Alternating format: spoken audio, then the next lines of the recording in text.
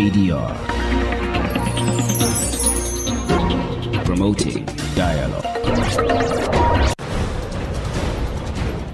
It's midday in Dakar and Banjul, 1 p.m. in Abuja. Good afternoon, and many thanks for staying tuned to West Africa Democracy Radio, broadcasting on 94.9 FM and across the world on WADR.org.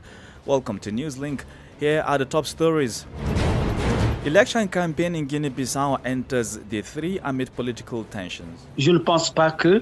I don't think anyone would dare take to the streets to protest something established by the courts. Benin's parliament to debate creation of a Senate chamber. In our country's legislative framework, one key institution has been missing, the Senate. ECOWAS and AU congratulate Côte d'Ivoire on peaceful polls and re-election of President Ouattara. And President Trump's Sunday statement of military intervention in Nigeria over alleged killing of Christians trigger concerns. Please stay tuned for details of these stories and more. Here is Abdullahi Hassan with Newslink. Welcome to our second major news broadcast today, Monday, November 3, 2025. Let's begin in Guinea-Bissau, where electoral campaigns for the November 23 presidential elections commenced over the weekend. Candidates have 3 weeks to convince voters.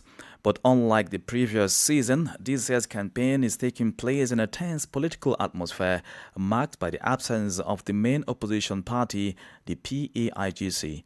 The party's candidate and former Prime Minister Domingos Simões Pereira was disqualified by the Supreme Court. While this marks the first election to be held without the PAIGC, several army officers have been arrested over an alleged coup attempt. Nadiri Tete reports. Presidential candidates officially launched their campaigns over the weekend as soon as the season opened. Incumbent President Umaru Sissoco Embalo, who is seeking a second term, held a major rally in the capital Bissau. This year's election process is particularly notable for the absence of the PAIGC. For the first time since the country's independence, the historic party will not have a candidate in the presidential race after its application was rejected by the Supreme Court. While the PAIGC continues to contest the decision and has vowed to fight until the end to participate in the polls, authorities have stressed that no disruption of the electoral process will be tolerated. Following the alleged coup attempt a few days ago, the army has declared a state of maximum alert. Elianiero Embalo, a Bissau Guinean journalist and political analyst, explains. I don't think anyone would dare take to the streets to protest something established by the courts. It's a statement like those made by the spokesperson of the PAIGC that led to special measures being taken. Now, whether that statement was taken seriously or used as a pretext is another matter. In any case, the Deputy Chief of Staff of the Armed Forces told us that the army is on alert and will not allow anyone, regardless of their influence or affiliation, political or otherwise, to disrupt the process.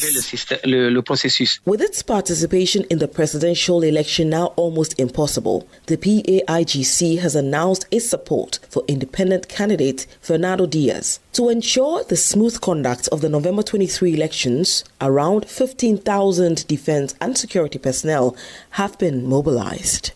Nadiri Tete with that report. In Cameroon, opposition leader Issa Chiroma Bakari has rejected the official results of the October 12 presidential election, declaring himself president-elect and alleging widespread electoral fraud. His statement followed the Constitutional Council's announcement of President Paul Biya's victory with 53.66% of the vote against Chiroma Bakari's 35.2%. In an open letter released on Sunday, November 2, Bakari described the outcome as an electoral heist and a constitutional coup, accusing the regime of orchestrating large-scale fraud, despite what he claimed was a resounding victory for the opposition. He also condemned post-election violence, alleging the deaths of 2 people near his residence, the abduction of hundreds of supporters, and the arrest of his close allies. The government is set to respond to his claims. In Benin, members of parliament are expected to deliberate on a bill proposing the creation of a Senate today. The initiative is being led by the majority of lawmakers. After an internal review, parliamentarians will meet in a plenary session to decide whether or not to amend the constitution to establish the Senate. Christopher Ticho tells us more. The bill establishing the Senate is sponsored by MPs Hassan Sebu of the Republican bloc and Akenatonde of the Progressive Union for Renewal, both parties forming part of the presidential majority. The proposed Senate aims to safeguard and strengthen national development achievements, promote sound political practices, and ensure the protection of public freedoms.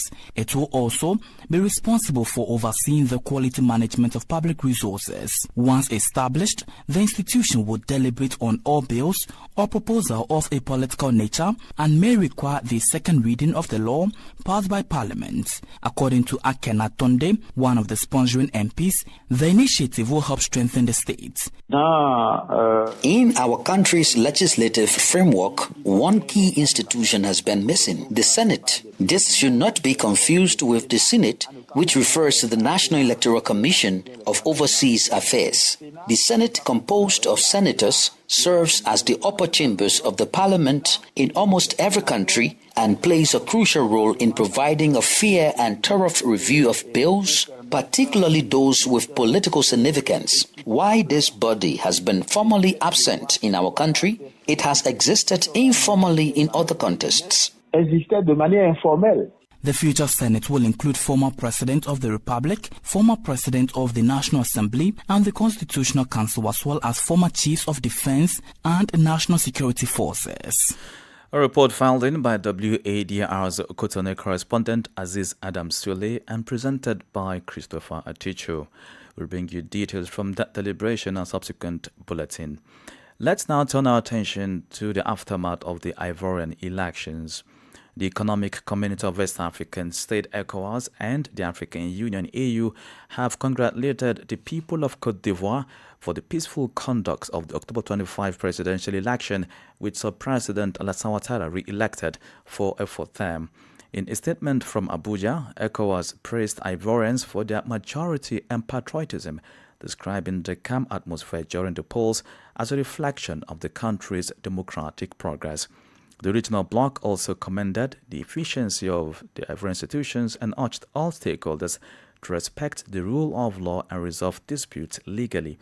Similarly, AU Commission Chairperson Mahmoud Ali Yusuf congratulated President Ouattara, who secured 89.77% of the votes. Both ECOWAS and AU reaffirmed their commitment to supporting Côte d'Ivoire's efforts toward democratic governance, stability, and regional development. More stories coming up on West Africa Democracy Radio. Newslink continues.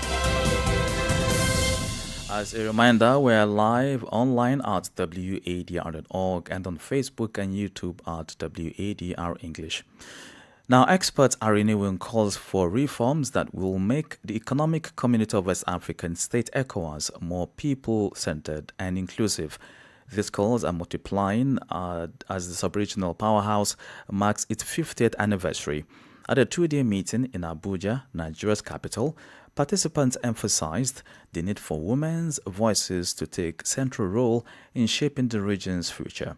WADR's Usman Omar reports. 50 years after its founding, the Economic Community of West African States, ECOWAS, is being challenged to reconnect with its citizens and live up to its vision of integration, development, and peace. At a 2-day expert meeting in Abuja, organized by Amandla Institute for Policy and Leadership Advancement, ECOWAS, and the African Leadership Center, the focus was on reforming the bloc to truly become an ECOWAS of the people, one that recognizes the contributions and rights of women and girls. Across West Africa, women make up nearly half of the population but hold less than 17% of parliamentary seats and less than 10% of ministerial positions, one of the lowest averages on the continent.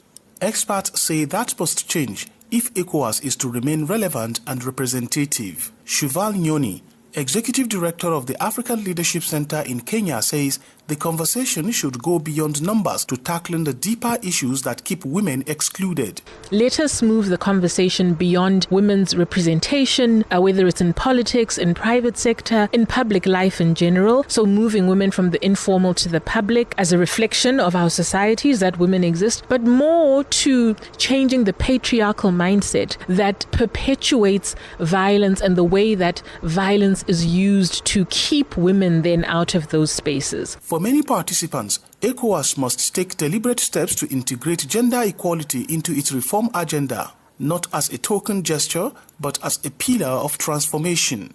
Gambian jurist and human rights advocate Fatou Senghori argues that the regional body must lead by example in championing women's rights, especially for those in rural areas.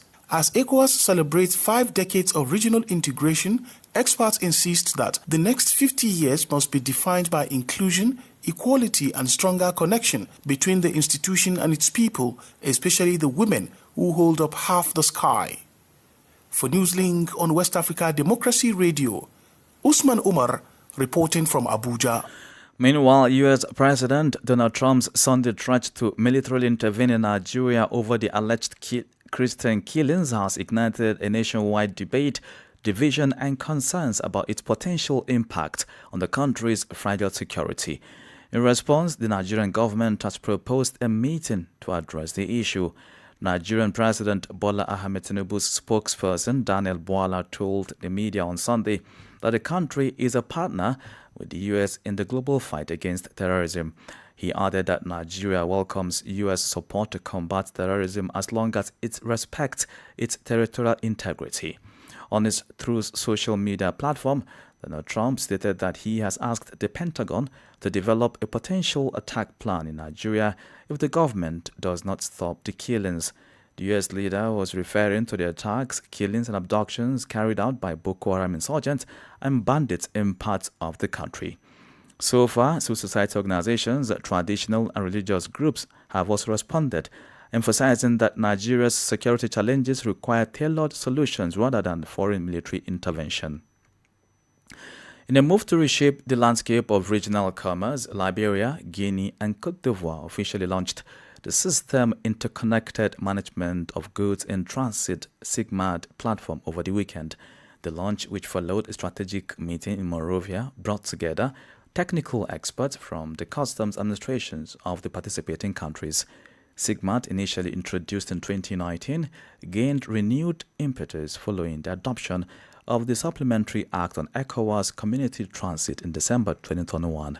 From Monrovia, Abraham Parker reports. The platform is designed to interconnect customs systems, streamlining the processing of goods in transit and reducing the bureaucratic hurdles that have historically hampered regional trade. As an integral component of ECOWAS' broader strategy for regional digitization, SIGMAD aims to fortify trade facilitation and stimulate economic integration throughout West Africa. ECOWAS representative to Liberia, Josephine Nkrumah, underscored the transformative potential of the initiative, stating that the platform will introduce a change, positive influence in trade dynamics, driving regional integration and expanding access to markets for member states. What we consider our free protocols for movement, trade, it behoves all of us to ensure that we fully appreciate and implement these trade protocols so that trade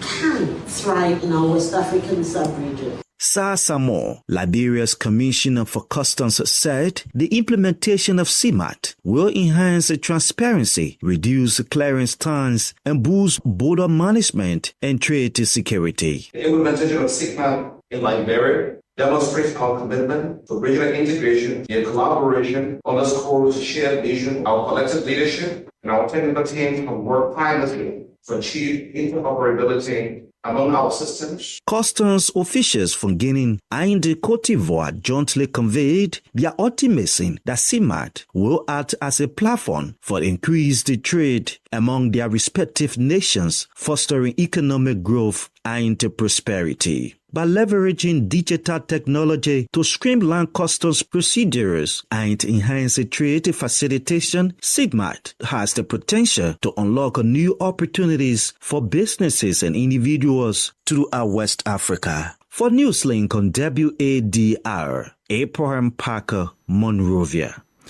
And just before the break, on Sunday, the United Nations marked the International Day to End Impunity for Crimes Against Journalists by renewing calls for justice and greater protection for media professionals, both offline and online.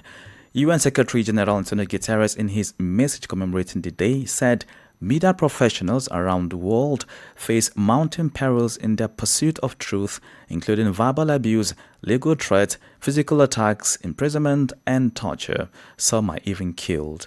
He noted that nearly 9 out of 10 journalist killings remain unresolved and highlighted Gaza as the deadliest place for journalists in any conflict. Guterres called for independent and impartial investigations into such attacks, warning that impunity is not only an injustice to the victims and their families, it is an assault on press freedom and a threat to democracy itself. You are listening to a Newslink here on West Africa Democracy Radio, broadcasting from Dakar, Senegal. We are live at wadr.org and on YouTube and Facebook at WADR English. Here's a reminder of our top stories. Election campaign in Guinea-Bissau enters day 3 amid political tensions. Benin's parliament to debate creation of a Senate chamber. ECOWAS and AU congratulate Côte d'Ivoire on peaceful polls and re-election of President Ouattara.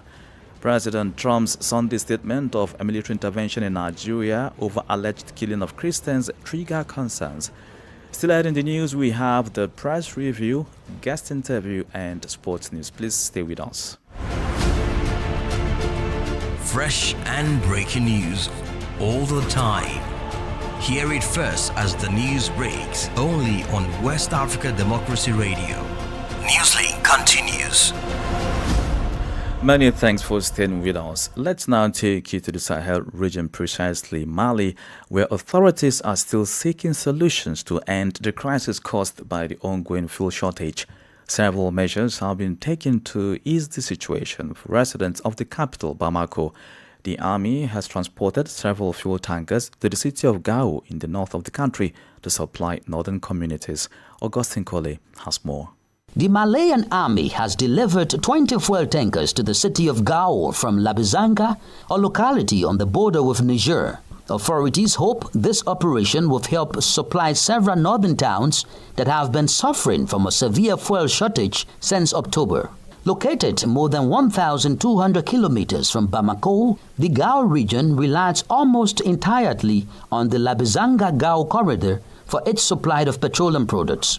The military high command has assured that this strategic route is now under constant military surveillance. Several armed groups affiliated with Al-Qaeda and the Islamic State operate in the area, making fuel transport extremely difficult.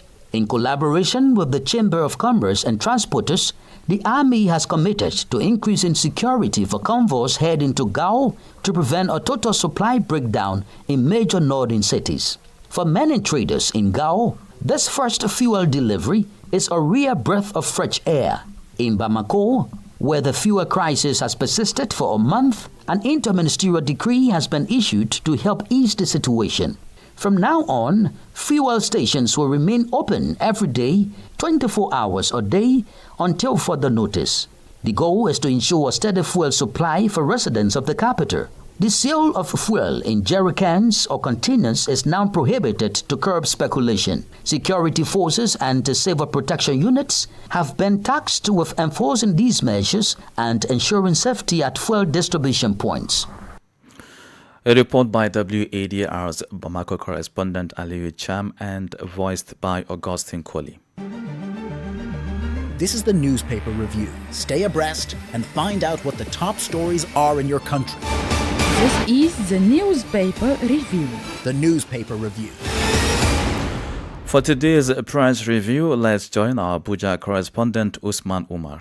Hello and welcome to the press review segment today from Nigeria's capital, Abuja. Nigeria's media today are ablaze with the fallout from U.S. President Donald Trump's recent threat of military intervention, which he says is in response to the alleged killing of Christians in Nigeria. Vanguard led with an explosive headline, Trump outrage over plan to attack Nigeria. The paper reports intense condemnation from religious and civil society groups as they reject the idea that an external power should order military strikes, insisting that Nigeria's security challenges are complex and internal.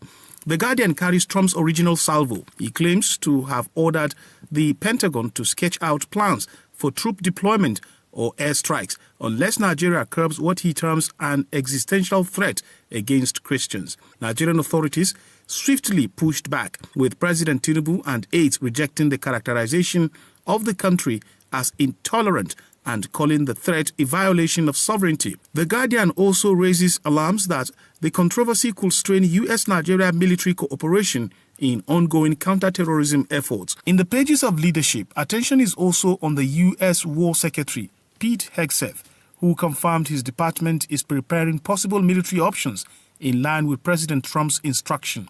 Meanwhile, the newspaper highlights that, in parallel, domestic agency efforts are targeting counterfeit goods. NAFDAC, that is National Agency for Food, Drug Administration and Control, seized products valued at over 400 million naira. That's about 270,000 United States dollars in Lagos. The combination of external pressure and internal regulatory action makes this a fraught moment for governance, sovereignty, and public safety. For West Africa, this episode underscores how fragile external backing and internal faults can collide. A major U.S. leader threatening military action against a sovereign African state over religious violence is, to say the least, unprecedented in recent memory. It raises questions about accountability, narrative framing, and the role of external powers in domestic conflicts. Meanwhile, Nigeria faces the test of articulating a credible security strategy, one that convinces its own citizens and diffuses external alarm. And this is the much we have for you on Press Review as I hand you back to the studios. Many thanks, Usman Umar. Politics, Analysis on major news, social matters, and all. This is The Guest. Our guest this afternoon is a Beninese political analyst, Valentin Ajigbusha. He joins us with expert analysis and insights into the proposed controversial bill to be debated today in Benin's National Assembly. Sponsored by MPs from the majority bloc, the bill seeks to turn Benin into a bicameral legislature where the Assembly will henceforth have the House of Representatives and the Senate if or when the bill is adopted. Questions, however, remain. For example, why now? And what impact will this have on the nation's political ecosystem months before the April 2026 elections? First thing is to know the period which has been chosen to modify the constitution. Normally, according to the laws and regulation of ECOWAS, less than 6 months before, it will not be possible to touch the constitution. So there now, it's like we are overpassing law.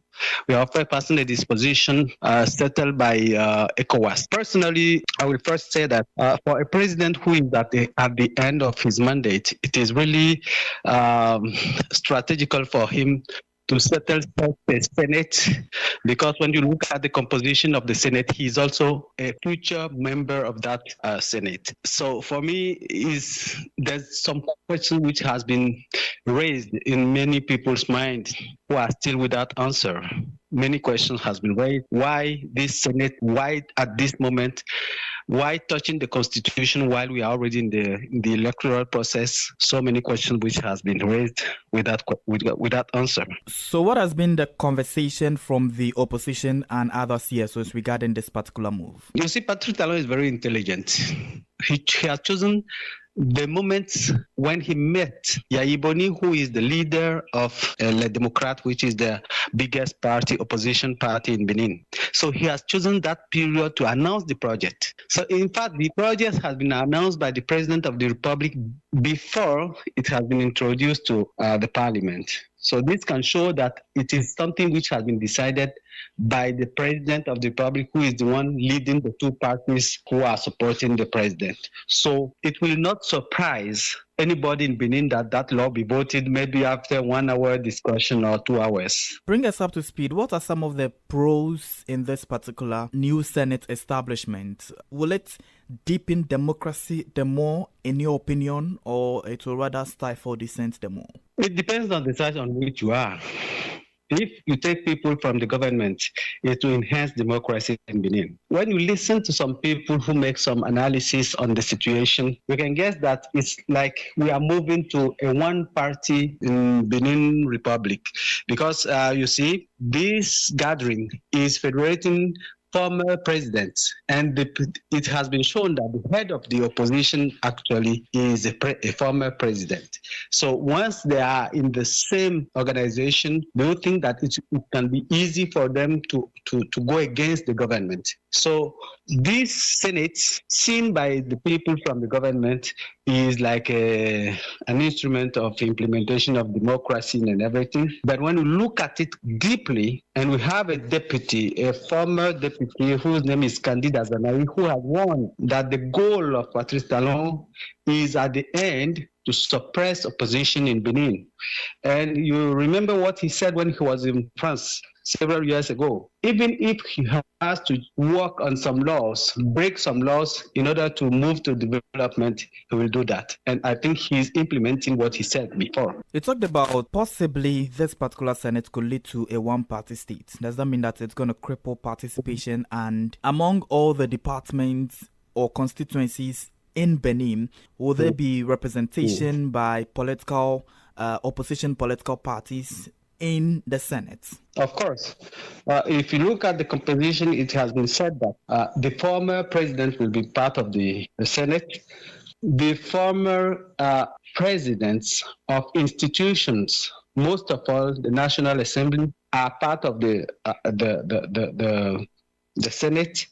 And also, the parties actually represented at the National Assembly will send some representatives.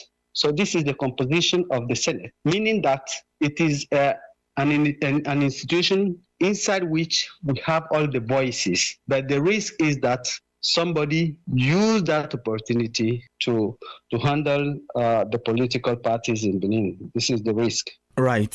Finally, before you take a leave of me, is this move brewing some sort of tension in the country, and is it leading to some unrest and various violence or protests in the country? It can lead to protests, but not violence. Because here in Benin now, I don't see somebody who is really courageous to face a protest, most of all a march in the country. I don't think so. But it's raising some frustrations. And you know that the accumulation of frustration must bring out maybe violence later on.